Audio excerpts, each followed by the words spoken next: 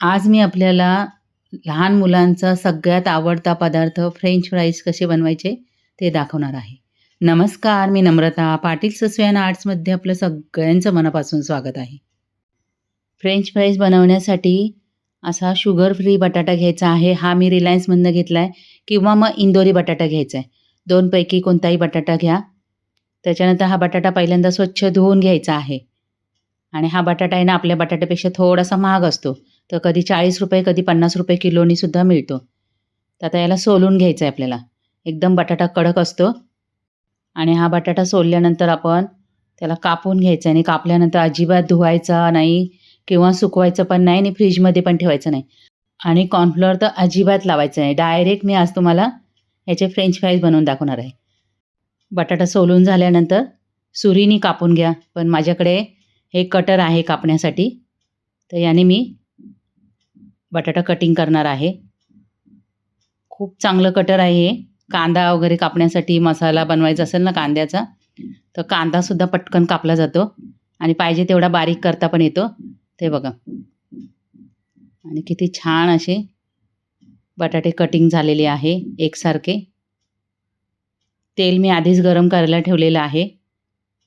बटाटा कापल्याबरोबर आपल्याला लगेचच तेलामध्ये टाकायचा आहे. हा बटाटा लाल पण पडत नाही, काळा पडत नाही. तर तेल गरम करायचं आहे चांगलं आणि लगेच बटाटे याच्यामध्ये टाकून घ्यायचे आहेत कापलेले आणि चांगले कुरकुरीत होईपर्यंत तळून घ्यायचे आहेत. आता हे तळेपर्यंत मी दुसरं अजून एकदा दाखवते. हे बघा, माझ्या नाती पण आल्यात कटिंग करायला. हे असं नवीन काय असेल ना तर मुलं पण मदत करतात आणि पटापट होतं. थोडीशी ताकद लावायला लागते.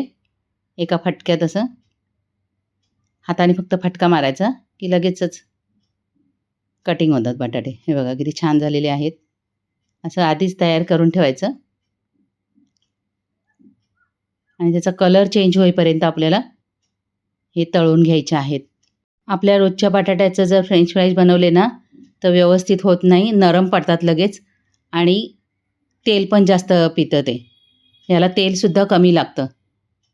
हे बघा, आता काढून घ्यायचे आणि डबल पण तळायचे नाही, एकदाच तळायचे व्यवस्थित.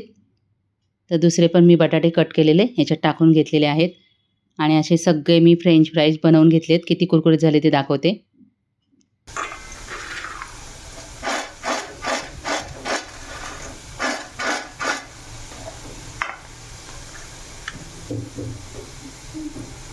वरून कुरकुरीत, आतून नरम. तर असे आपल्या मुलांना पण फ्रेंच फ्राईज बनवून द्या. माझ्या नातीनं तर खूप आवडले.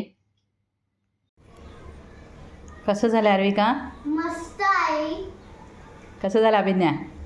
मस्त आहे. आवडलं?